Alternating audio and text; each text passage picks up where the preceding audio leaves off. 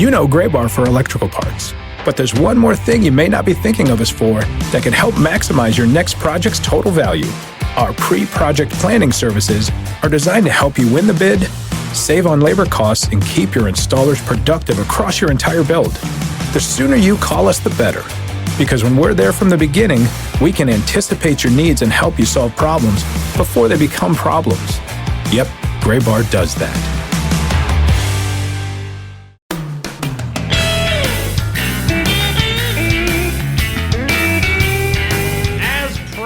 The latest edition of the Minor League Baseball podcast, an in-person edition. What's up with your phone screen? That's how you're telling people that we're actually sitting next to each other? Is that I'm just pointing out my things phone that are screen realities. looks like it's a spider web? Oh, I don't know. yeah. I dropped it. Yeah. It happens. Yeah, it's, it's just these things happen, It's Sam. got a protector. When I how did turn it break to, under the protector? Yeah, myself, I don't know. No, it didn't break under the protector. It's the protector that broke. Oh, the protector is plastic. broken. Yeah, it's fine. When I take that off, I'm going to get full retail value when I decide to send this. This is what the people tune into the Minor League Baseball podcast for. Right. Witty banter and discussion about the health and well-being of our cell phones. And with that, hi everybody. We welcome you into the latest edition of the show before the show. I am Tyler Maughan. He is Sam Dykstra, episode number 133. And we are both at the headquarters of MILB.com at Chelsea Market in New York City. And set to talk some baseball. World Series Game 1 tonight. We were recording this on Tuesday. So who you got?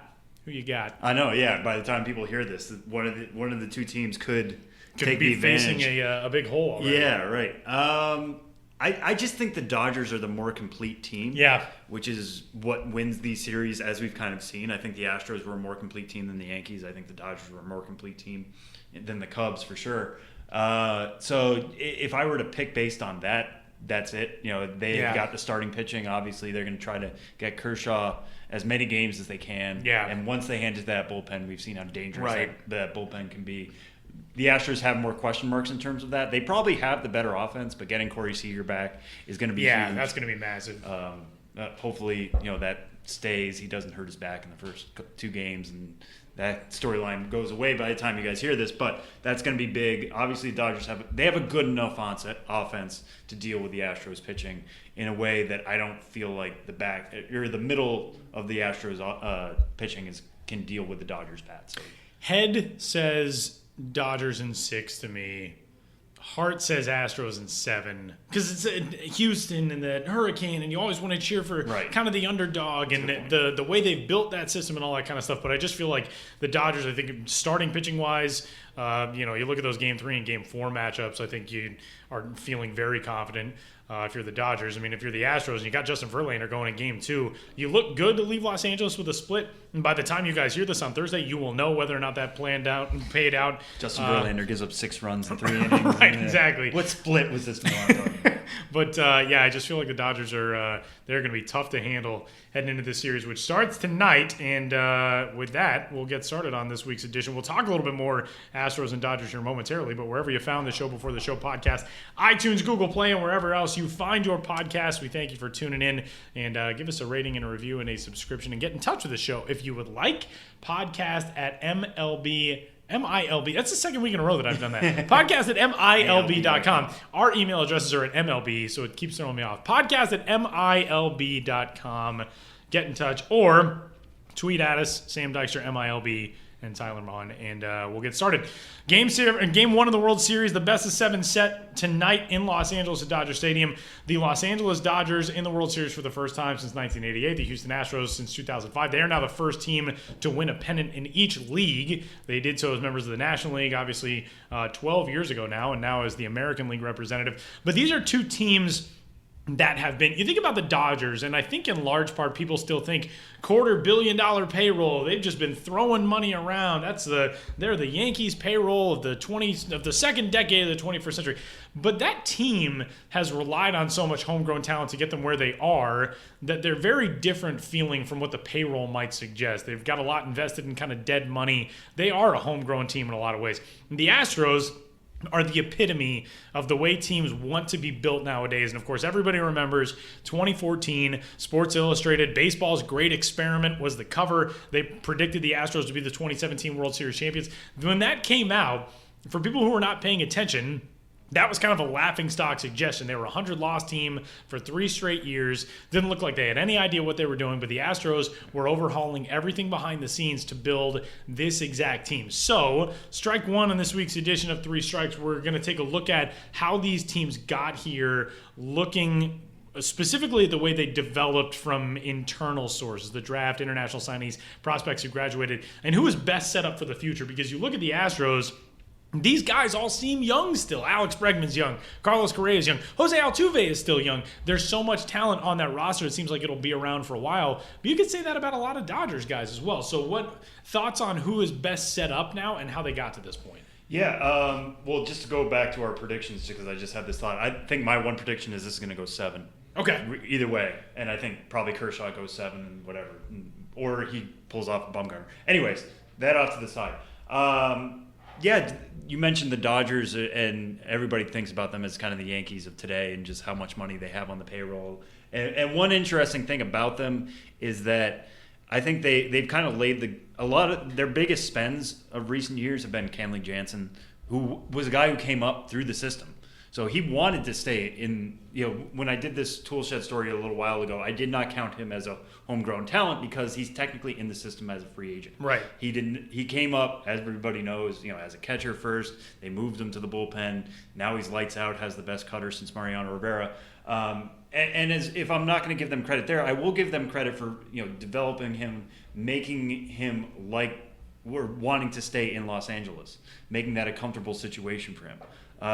That's an advantage that as much cash as other teams were looking to splash with Jansen, that obviously gave them advantage. Kind of not an exactly similar story with Justin Turner, but he was a guy who was, picked up off the scrap heap. Yeah. Almost kind of his own development story in that way. But they, their biggest contributors, their biggest future is obviously Cody Bellinger and Corey Seager. Bellinger's probably going to win NL Rookie of the Year this year. Seager won it last year. Was an MVP candidate last year. Probably will be again in the future. So even when we're talking about their big money spends, they're still spending lots of money. Clayton Kershaw, at one point the most expensive player in baseball, most expensive pitcher in baseball, certainly. He was brought up through the system. He was a draft pick. He learned everything he knows, at least from a pro standpoint, from this Dodger system. Even Yasiel Puig, who became a baseball player of note because he was successful at the professional level in Cuba. He was technically a prospect when he got here. He was signed. He went through the minor leagues. Yeah. Not so much a development story the way the other guys are, but you can make that conversation. But they had to make it comfortable for him. Well. Exactly. Yeah, right. Like the Red Sox had Rusney Castillo, right. And that obviously hasn't worked out. And he was a big money Cuban signing. Obviously, apples and oranges. We're not comparing Cubans because they're Cubans, but still, it's a story of bringing somebody over here and trying to get them comfortable and used to the system. It's a much more unique developmental track for a former professional player in a country to come to the U.S. and try to be successful. The guys who come from Cuba have a way more unique path to the major leagues than even the guys who come from Japan or Korea do. Right, exactly. So the Dodgers have plenty going for them in terms of guys they know, guys they brought up, guys who have only known Dodger baseball. The Astros are very similar in that this has always been the plan. I found this story. I shouldn't say I found it. I refound it that I wrote back in 2015 when they won the best farm system Milby. Like that was the easiest vote we had, I think, that year. And I took a shot. Sometimes it's difficult for us to get in touch with general managers. Obviously, they've got lots going on their plate. They don't want to talk about the minor league system. I got Jeff Linnau, who was more than happy to talk about his minor league system at the time because that was his crowning jewel. And the kind of kicker quote in that story was, we're trying to develop winners now. We want these guys to feel successful. So by the time they make the major leagues, the only thing they know is winning. And the two guys he name dropped in that quote that he gave to me were Carlos Correa and Lance McCullers. And Lance McCullers, as we all know, played a pivotal role in that last game against the Yankees. And Carlos Correa, is probably their second most important player right now, at least position player, behind Jose Altuve. This is kind of what they've been fostering. Altuve's had to deal with all the rebuild stuff, but some of the younger names, George Springer, Correa, Bregman. This is basically what they designed to happen, which is fascinating. One thing we should also kind of mention in passing that I think is getting a little bit of mention this week is that these are two organizations that really put a lot into analytics. Yeah. And at every level. I remember spending a little bit of time at Astros spring training this spring and talking to guys in their player development system, and they were talking about how everything they do is just pouring over data from the minors and trying to their player development director had his analytics background first. He was not a player. Right. He's not much older than you and me, but that's where he comes from, and that's what Dodgers are kind of similar story. They haven't been able to, or they've been unwilling to really go on the record about how many people they have in their analytics department, but we know it's a lot. It's a small army. Yeah. And they're doing this from the top down. TrackMan is a big thing in the minors now. You can see in the Arizona Fall League, I'm hoping to have a story on that this week, of StatCast data that we're getting from that. All these other teams have it privately available because they're studying it. And, when teams that have these big analytics departments are put a lot of importance into that kind of stuff, like the Astros and Dodgers, and they make moves for certain players or, they trade away certain players, it kind of makes you think, okay, what are they seeing that we're not? Because they definitely have the data to back that up. They're not doing something out of nowhere or, just like, oh, that's a head scratcher. That's really dumb move. There's a plan behind everything. Right, yeah. They have something that we don't that makes them think they can let go of a certain player or they're, willing to give up somebody like that. So, just two very similar stories. As much as, the Dodgers have been good the past couple of years and the Astros certainly haven't until these, last two or three. These are still obviously two player development stories, and the fact that they are undeniably the two best teams in baseball should make for a fun series, but also just points to how important player development really is in becoming that and obtaining that goal. It's been fun to watch. I mean, it's fun to watch all systems build, but especially when we've seen over the last several years teams that have made themselves elite teams in Major League Baseball have all followed that pathway. The Royals, the Cubs, the Dodgers, the Astros, so many, even the Yankees now, so many of these teams have followed that formula. And it's cool to see when it comes to success at the highest levels that teams are making it all the way into that final stage. Speaking of the Astros, and player development on the Astros side, Astros first-round pick J.B. Bukauskas will join the show coming up here in just a little bit. So we'll get last week heard from the Dodger system and Will Smith, and this week we'll hear from J.B. and the Astros organization, so stay tuned for that. Strike two this week, Sam. Milby Awards, finally fast and furious, coming at you.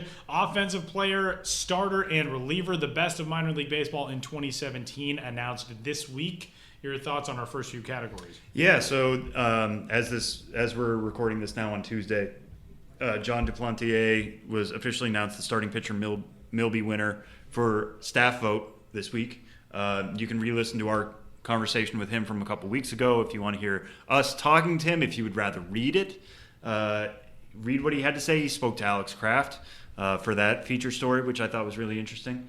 He definitely harped again on that idea that he wants to prove people wrong that rice pitchers can't pitch in the pros. Right. And you can tell how much that it really annoys him.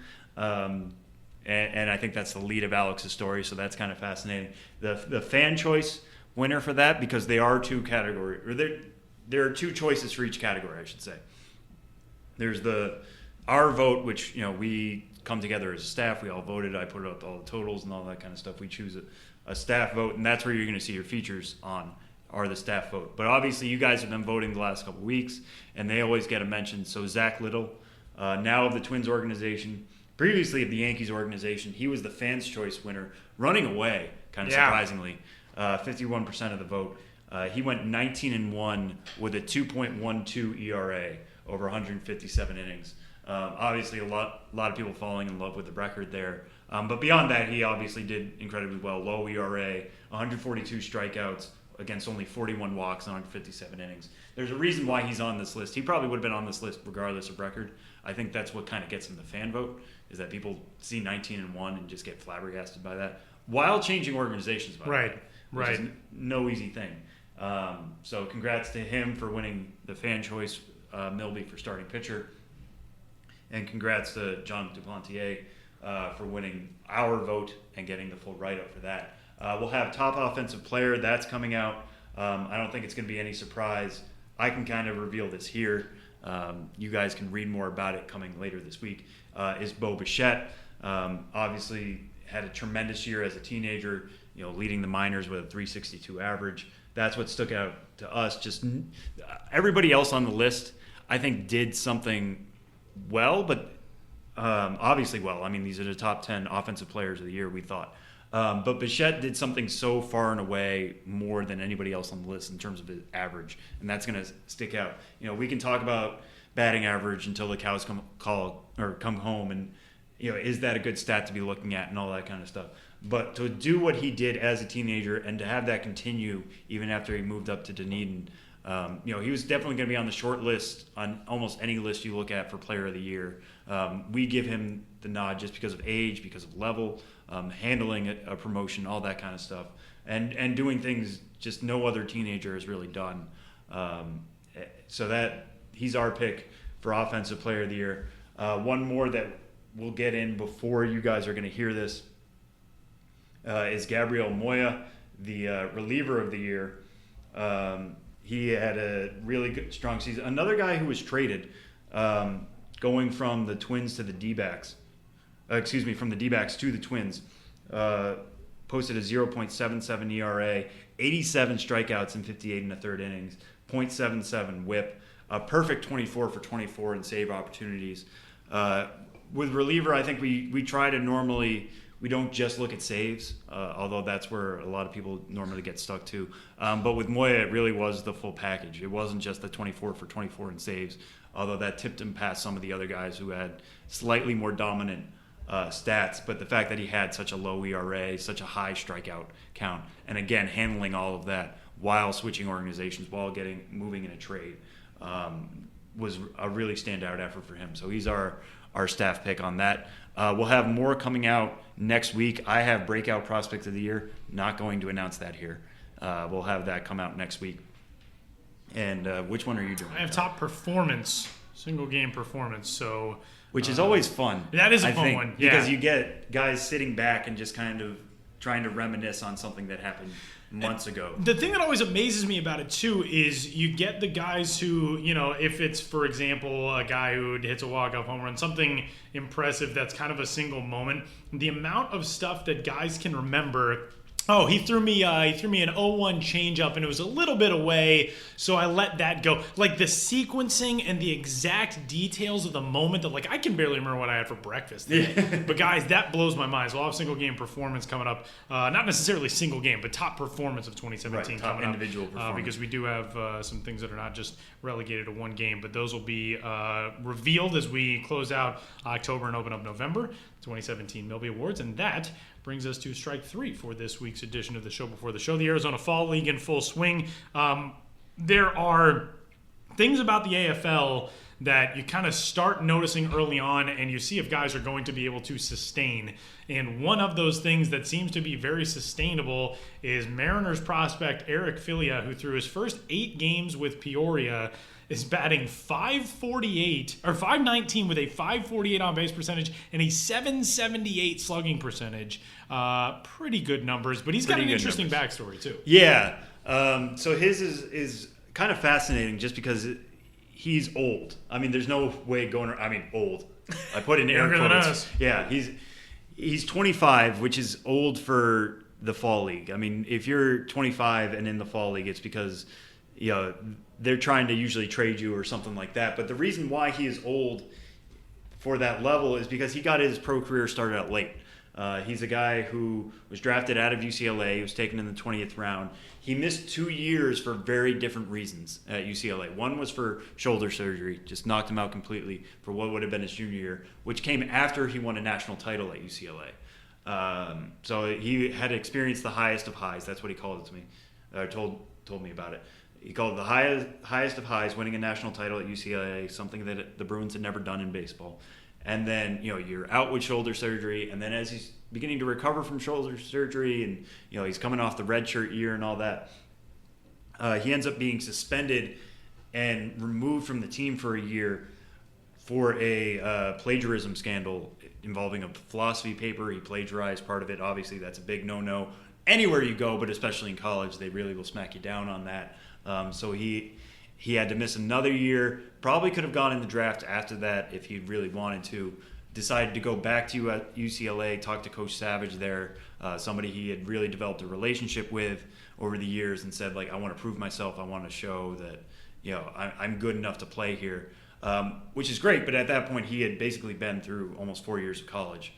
So he's playing almost as a fifth year, like what normal people, non-athletes would call a fifth year of college. That's what he was doing.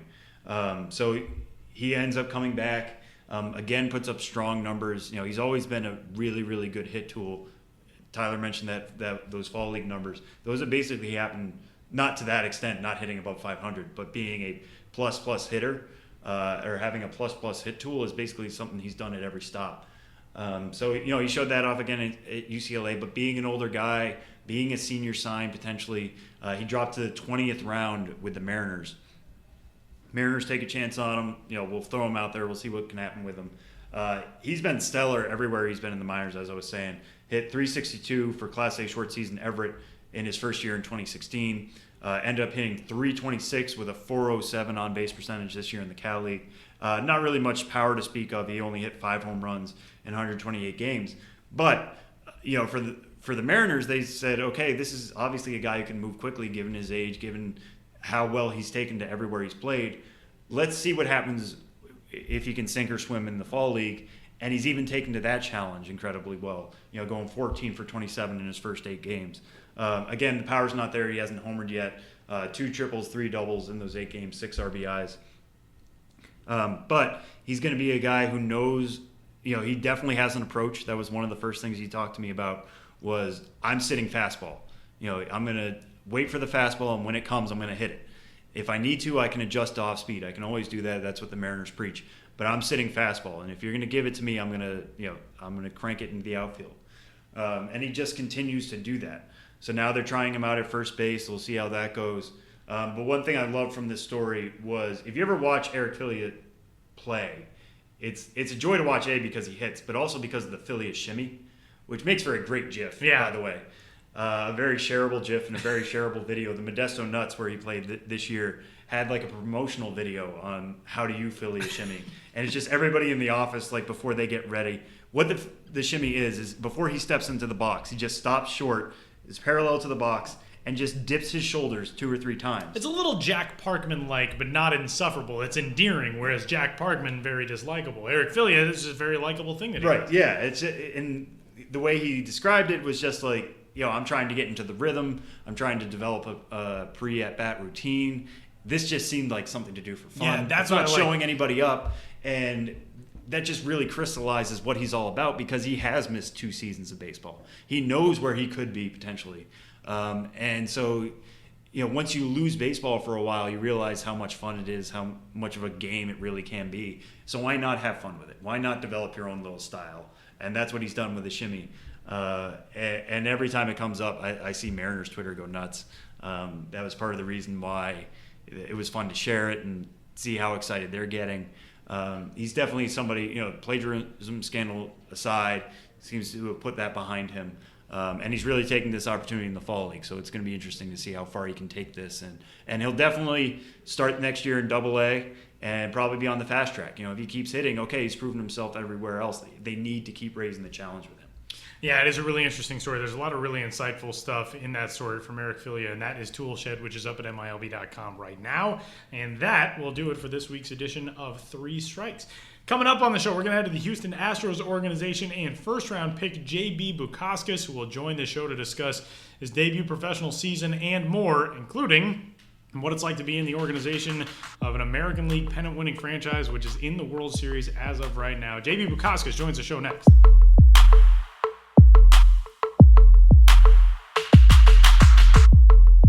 Well, joining us this week as our guest on the Minor League Baseball podcast is J.B. Bukauskas, calling in from Chapel Hill in North Carolina, where he's currently still a college student. J.B., how are you doing? I'm doing great. How are you? Good. Thanks for joining us. So, yeah, just kind of get into that. I mean, I don't think a lot of people necessarily get what some draft picks, especially you guys who are coming out as juniors, you still have a year left of college to go through.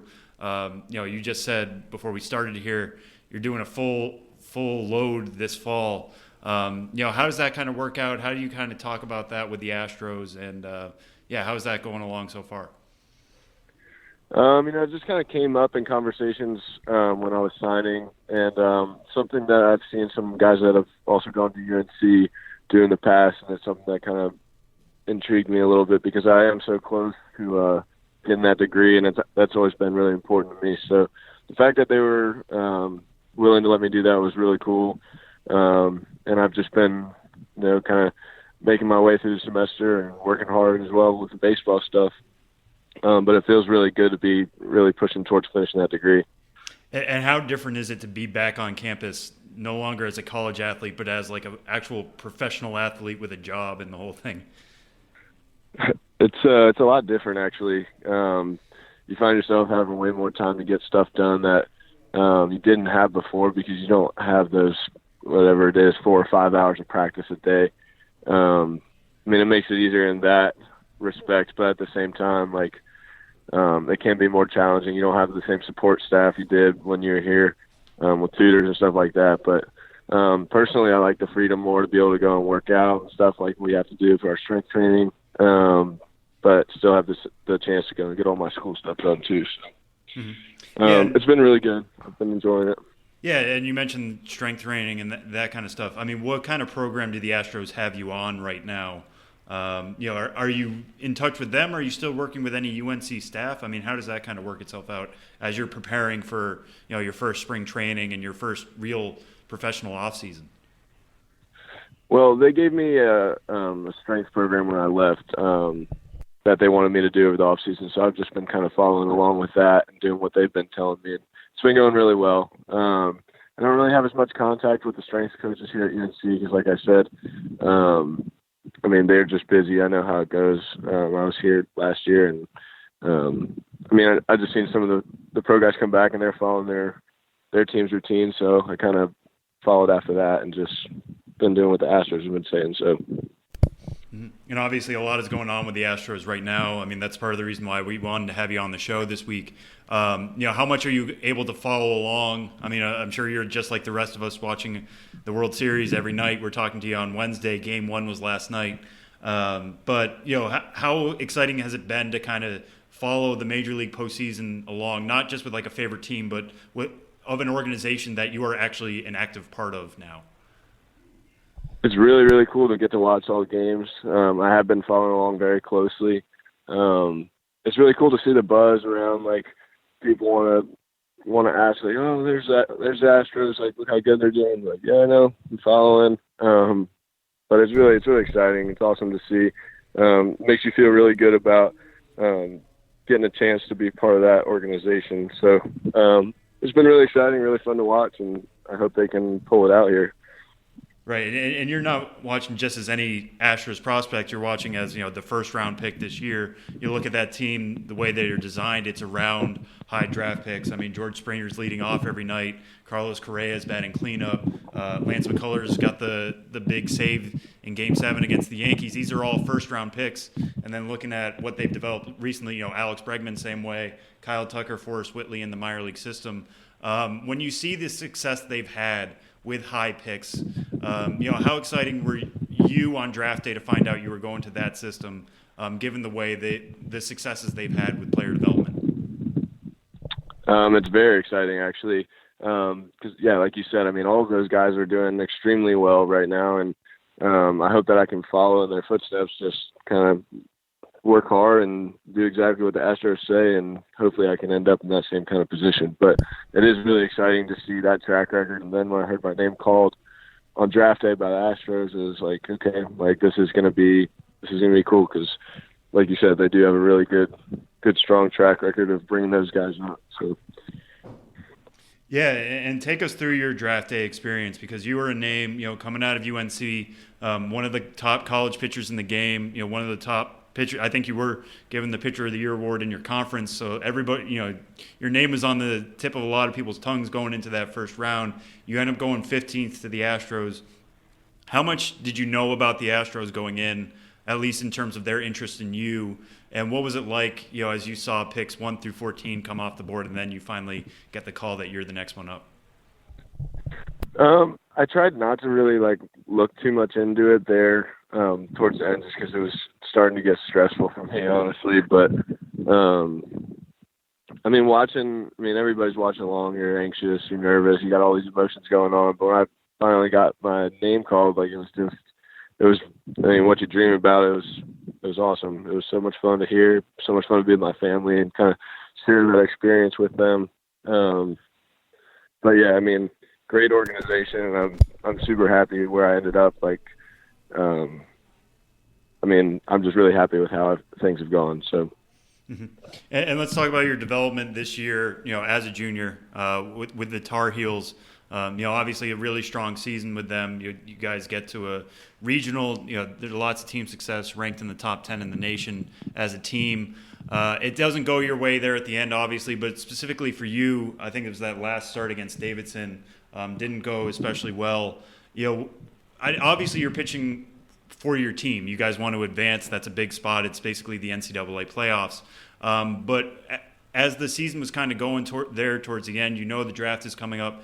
Is it a part of your thinking that you're also kind of in a job audition every time out, or is it more just focused on, or is that even part of the equation for you? It's just that you are pitching essentially for your draft stock. I would say definitely at the end of the season, you try and keep that off of your mind as best as possible, because you fought with your team the whole year, and you're there in the playoffs for the first time since I've been at school here, and that's all I was thinking about, honestly, was moving on. I think I may have put a little bit too much pressure on myself there towards the end to kind of perform for that reason, just because we hadn't been in the past 2 years. But, I mean, that is always going to come into the back of your head, especially if you want to play professional baseball, just because that's what you've been dreaming about. That's what you've been kind of doing the whole season. Like, I feel like once you get to the postseason, it really becomes more about like your team, your teammates, all these guys that you've worked so hard with to get where you are. But yeah, I mean, you try and keep that out of your mind as best as possible. Just go out there and help the team win. Yeah. Yeah. So where was your mentality at after that last start? I mean, obviously the team had a few more games afterwards, but you're going into the draft. That's the last start you have to show off to scouts. I mean, where was your mind going into the draft this spring?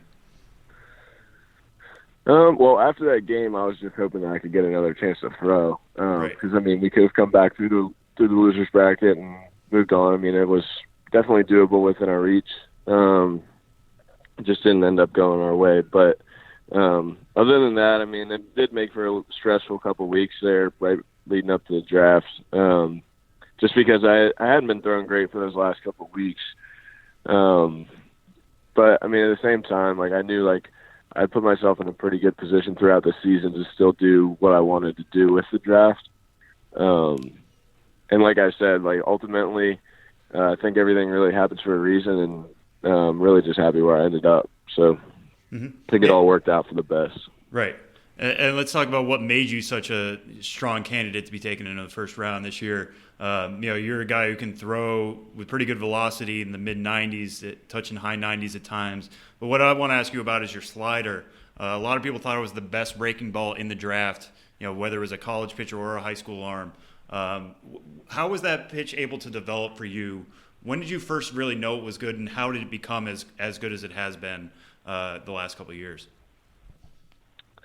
It developed a lot my freshman year. There was a guy, Riley Hovis, who's the closer here, when I first got here, and I didn't really have a very good off-speed pitch when I got here, and we kind of messed around with it out in the outfield. And then our pitching coach, Coach Forbes, and Coach Gaines, who was an assistant pitching coach at the time, we were all just kind of like messing around with it out in the outfield.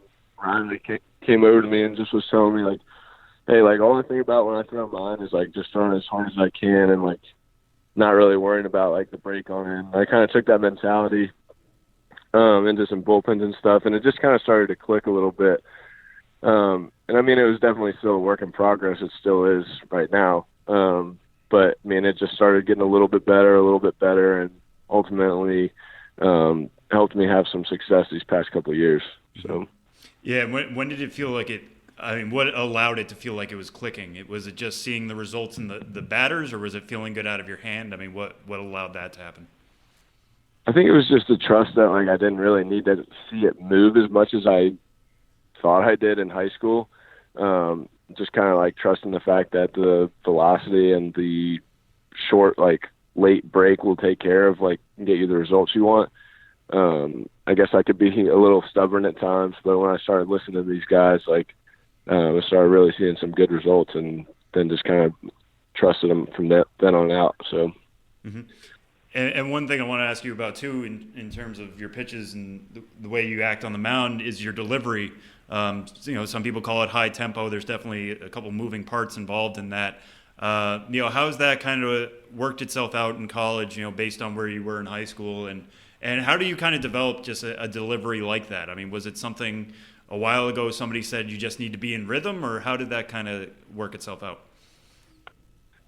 I've just kind of always gone like that. It's just, I guess, kind of how I am. But I think it definitely got toned down a little bit throughout these past couple of years at UNC. Because in high school, I think it was even a little bit more. There's some more moving parts. But,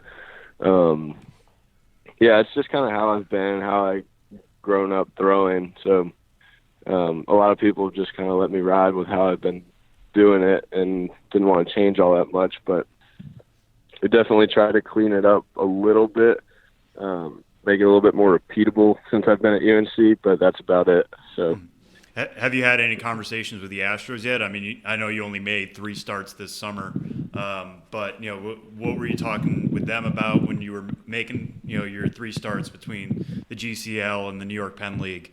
What were your conversations with them? Was it just show us what you got, or did they want you to work on specific things? There were specific things that they wanted me to work on. Nothing really with my mechanics as much as like just kind of getting used to like the drills that they do, some other things that they do. And I mean, that was perfectly fine with me. I enjoyed it. I learned a lot this summer, even in my short period of time there. But they didn't really try and change my mechanics all that much. Maybe a tweak here or there, but nothing crazy.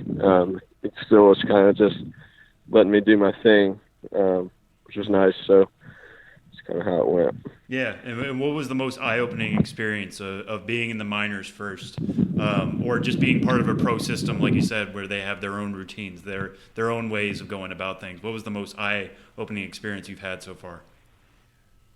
I don't think anything was like super eye-opening because I wanted to go in with just a really open mind of like, I haven't been in this kind of situation before. I'm just going to kind of just take it all in and see how it goes and just learn a lot and be ready for the start of the next season and have a good idea of how things are going to go, what I need to do to get better and stuff like that. So I wouldn't say anything was really eye-opening because like I said, I just wanted to kind of take it all in. So right. Well, kind of in that way then, what was the thing you think best prepared you for what you're going to try to do next spring, into the summer, something you took away from, one of those 3 starts in the GCL or at Tri-City?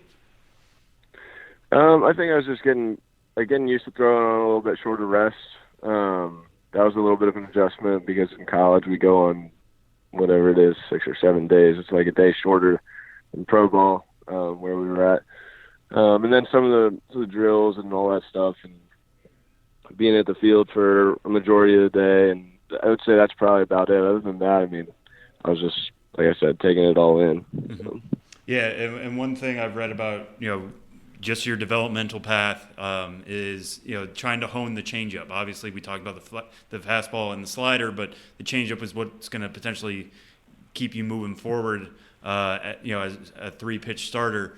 Where is that, the development of that pitch been? What kind of growth do you feel like you showed with that throughout college? Throughout college, I would say not as much as, we definitely started to use it there a little bit at the end, but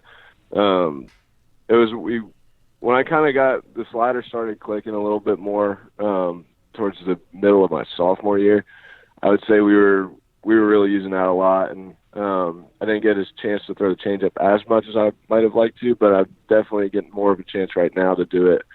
And it's coming along. I mean, it's definitely just like the slider is. It's a work in progress, but I'm really excited to keep working on it and keep making it better. Mm-hmm. And how do you kind of define success with the changeup? Honestly, right now it's just throwing it a bunch and getting comfortable with throwing it in specific counts, like being behind an account and using it and those kind of ways. The ways that I feel like I had to grow with my slider, I'm going through the same kind of process with my changeup. So it is definitely a work in progress, but that being comfortable with it, I think, is the first step. So that's kind of where I'm at. Yeah, and we'll leave you on this one. Obviously, it's a little too far ahead to be thinking about where you'll be next year and all that kind of stuff. But as you're planning, as you're getting ready, you're doing all your strength exercises and thinking about what your first full season will be.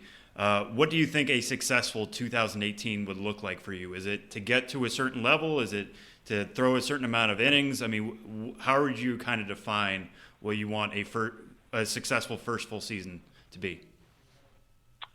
I just kind of want to go into it just how I did last year, just kind of no real expectations, just kind of go out there and try and do my best, and not set any super like crazy goals or anything like that. Just kind of do what they tell me to do, and kind of just end up where I end up.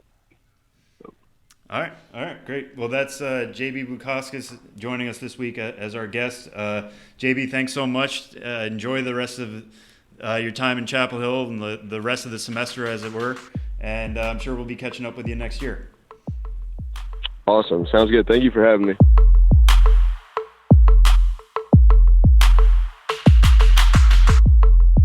In person, the three best friends that anybody could have. Benjamin Hill joins me and Sam at the palatial Chelsea Market Estate under the watchful eye of Google. Hi, Ben. Hi, Tyler. Hi, I'm Sam. Googling things now. Yeah, it's nice to be in between you two. Hey, good to have you. We all got a chance to hang out on Friday. Went and saw some stand-up comedy. We've bonded. We've built our podcasting synergy to a new level. Is that how you feel? We did. I definitely feel like that. It was a warming experience, our Friday night together, and the warmth has kept with me all the way to this gloomy day, Tuesday afternoon in Chelsea, Manhattan. This is the type of day that would be well served by like a nice cup of warm soup, a hot sandwich, and thankfully, one of the things that we'll discuss today is look back on the 2017 food names for teams across minor league baseball. Of course, a few years ago, the Fresno Grizzlies really kind of got the ball rolling on this. They weren't the first team to do it, but they were the first team to really blow it out of the water with a food identity for the team, turning themselves into the Fresno Tacos. Now, everybody wants a piece of that action, and Ben has a comprehensive 2017 look back at the teams that did it this year. Give us the rundown of this and, kind of what stands out to you. There were a lot of these teams I didn't even realize this had happened for some of them, some that just flew a little bit more under the radar than others. But what was it like bringing this one together? Yeah, well, I think the caveat here, first of all, is, let's just be honest, October is the deadest month for minor league baseball coverage. So it's how to, come out with some funny, interesting, relevant material in a very dead month for minor league baseball coverage.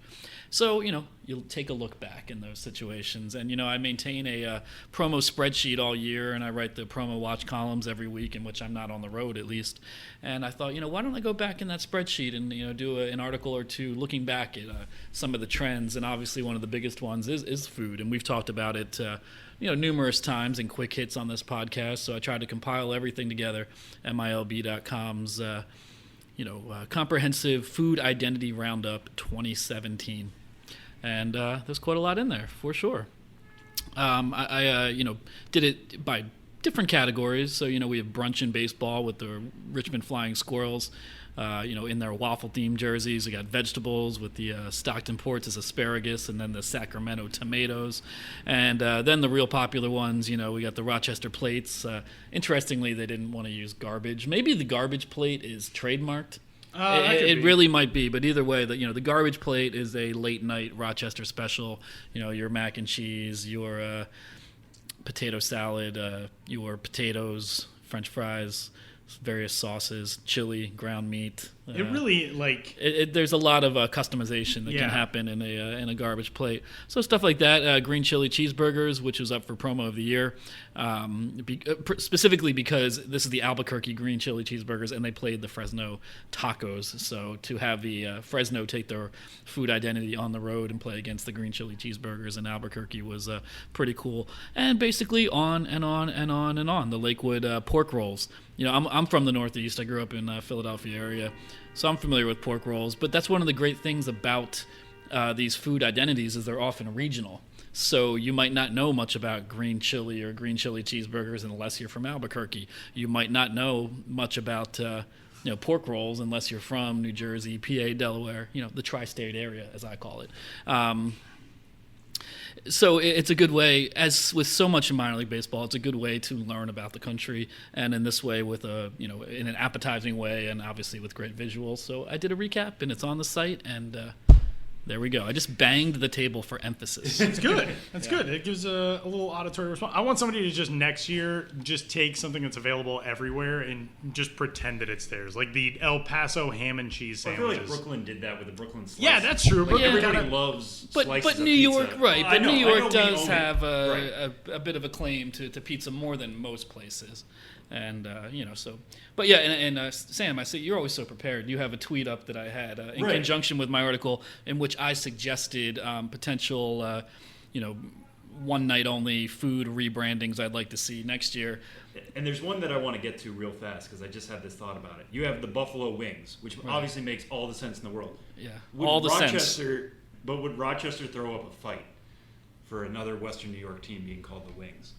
They're in the same league. Hopefully they can work it out. You're right. You'd have the Red Wings and the Wings, but it'd just be literally the Wings, and where the Red Wings of Rochester are a bird reference, and this is not. Well, I guess it's a bird. It's a chicken wing. It is not an actual buffalo. Yeah, but it's not an edible bird. No one eats a red wing. I don't know, but that's a good thought. But Buffalo Wings seems so natural as a tie-in. The Binghamton Speedies. If you're not from that part of New York, Binghamton, I know Tri-City, which is Albany, Schenectady, and Troy also has Speedies. But Speedies are marinated chunks of meat on bread, essentially. Real simple, real satisfying. But Binghamton Speedies is something I could see. I put down New Orleans crawfish. I mean, New Which Orleans. is funny because they're already a food name anyway. With baby cakes, Yeah. Nashville hot chickens, that's a staple of Nashville, and they have Nashville hot chicken at the concession stand, and hot chickens, that's going to be a good visual when you're called the hot chicken. So a few suggestions I had. Other people suggested more on Twitter, and of course, tweet at me, email me, whatever you need to do if you have an idea that just cannot be overlooked. I'm telling you. Twitter at Ben's Biz. Next year, somebody, it's going to be like the Tacoma toast with butter. A nationally appealing brand. I do want to give a shout out because I know that we'll get the angry tweets and the threats from the good folks in Lehigh Valley who really wants to get this started with the bacon jerseys and all that, and actually won a battle of the brands really between the bacon and the tacos, in which Fresno ended up having to wear Lehigh Valley bacon hats for a game. And so Lehigh Valley, I'm not leaving you out. I know I shouted out Fresno. I'm going to shout out Lehigh Valley. Right. What do you want to see? Well, but then I had to go further on that, I had a food identity truther get in touch with me on Twitter and say that it wasn't the Fresno. It wasn't the Fresno tacos, nor was it Lehigh Valley in their bacon uniform, but it was Reading when they had a alternate logos and branding around being baseball town. It was a hot dog named Bunbino, and they eventually had Bunbino the hot dog on their sleeves. Doesn't count. Unless they were called the Lehigh. Right, they were still Reading called the Phillies at that time. The Reading Franks. Right, but did Lehigh Valley ever call themselves the Bacons?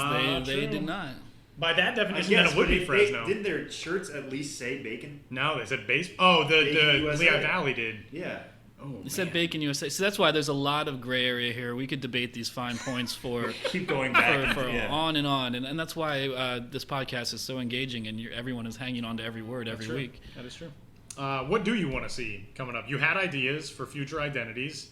Give us some of these. If you could have one, we'll put it that way. Yeah, I mean, I just listed a few. Right. I mean, I would want to see. I'd want to see Buffalo Wings. It just makes sense completely. Right. But that's one I choose. At least looking at this tweet I did last week, for sure. I think the fact that nobody has gone for Rocky Mountain oysters. Yeah, I mean, it's for A, good regional. Reason. B, you want to make a splash. It's Quite the interesting food item. Is somebody going to buy a hat with a Rocky Mountain oyster on it, though? I guess it depends on what the... Let's see what you can do with that, Brandios. Yeah. Yeah. Their biggest challenge yet. Design this Rocky Mountain. I think you would have to do that's oyster. that's some low-hanging fruit, right?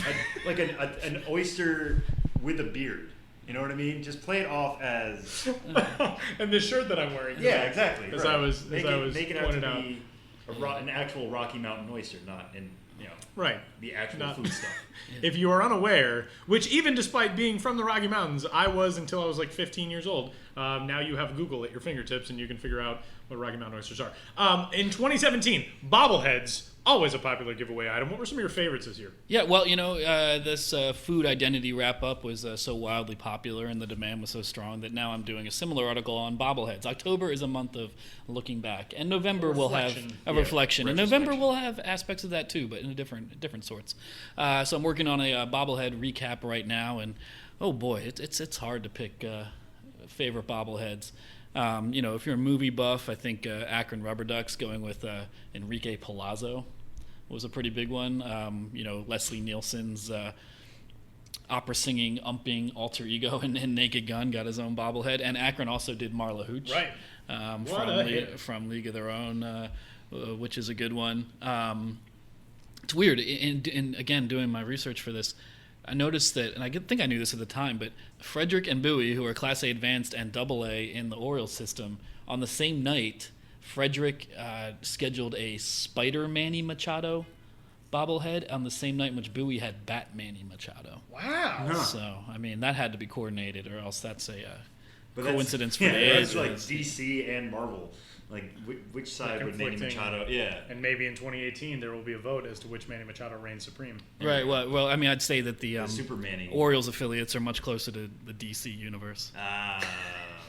You could say, that was one of the rare times where I could see the wheels spinning. Ben stared off into the distance for just a second to bring that one together. Ordinarily, it just comes at you and punches you in the face with how good and quick they are. That's what happens that when one you're actually, in the room, Tyler. I saw the process. You did. That was impressive. And sometimes So I just impressive. steal these jokes, and that's why people call me a comic con.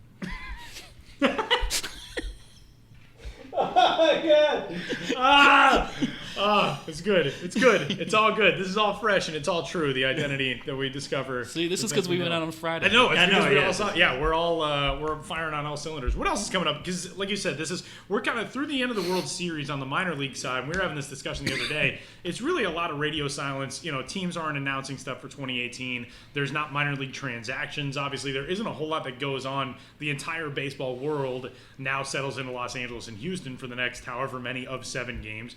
But then after that, we do sort of start getting prepped because winter meetings obviously a massive thing on the minor league calendar, and then we'll get into rebranding season or refresh season. Is that kind of the next big wave now for you? Yeah, I mean, October's the slowest month. I do need to go on vacation. I just need to plan a vacation. Sam's going on vacation. Sam's going on vacation. Being single and it's the off season, I never know where to go. So tweet at me if you want to go on vacation with me at Ben's Biz.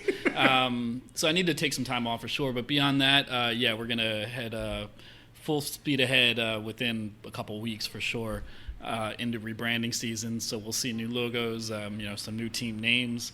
Obviously Gwinnett, the Braves are going to rebrand. Fayetteville, who will play once again in Bowie's Creek in 2018, but they're going to announce at some point the name of the Fayetteville franchise that'll play in 2019. Do they have any finalists for that one?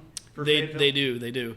And I'm forgetting them. Jumpers is one based on being near the Air Force Base. Fort Bragg. For Bragg, yeah. And I think Fatback was one, or maybe just because Fatback is a finalist and every single team named the finalist. Woodpeckers, Wood Dogs, Jumpers, Fatbacks, and Fly Traps. Wood Dogs would be, I think we can rule that one out. The odds that we would have the Wood Dogs and the Wood Ducks in the same league, probably not strong. Yeah. You never know. But you never know. But we got Jumpers, Fatbacks, Fly Traps, and other teams that'll do rebranding, maybe not change their name. And that's coming down the pike. And as Sam said, we have the winter meetings in December. And there will be some more looking back at 2017 stuff while that's still relatively fresh. And you just never know. That's when you don't know what else to say. You just say. You just never know. Yeah. He's Benjamin Hill. You can find him on Twitter if you do want to go on vacation with him somewhere. He is at Ben's Biz. You could also email him as well, or you can check out the blog bensbiz.mlblogs.com.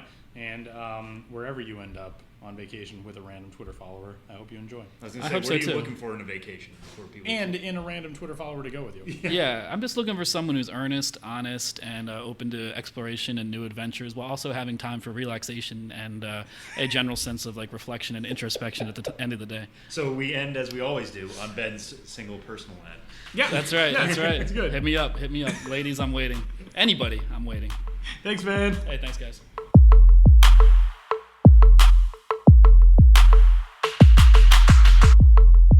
Big thanks again to J.B. Bukauskas of the Houston Astros and to our very own Benjamin Hill, who, again, you can find on Twitter at BensBiz. And that'll do it for this week's edition of the show before the show.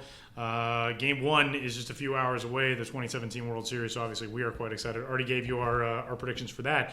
But a prediction for next week, you will not have a new episode of the show before the show because one of us is going to be gallivanting around Paris, Sam. Yes, I am going to be gallivanting around Paris. I already have a promise to a friend that I'm going to make a Parisian birthday cake. Okay. Which is literally just a croissant with a cigarette stuck in the Nice. middle.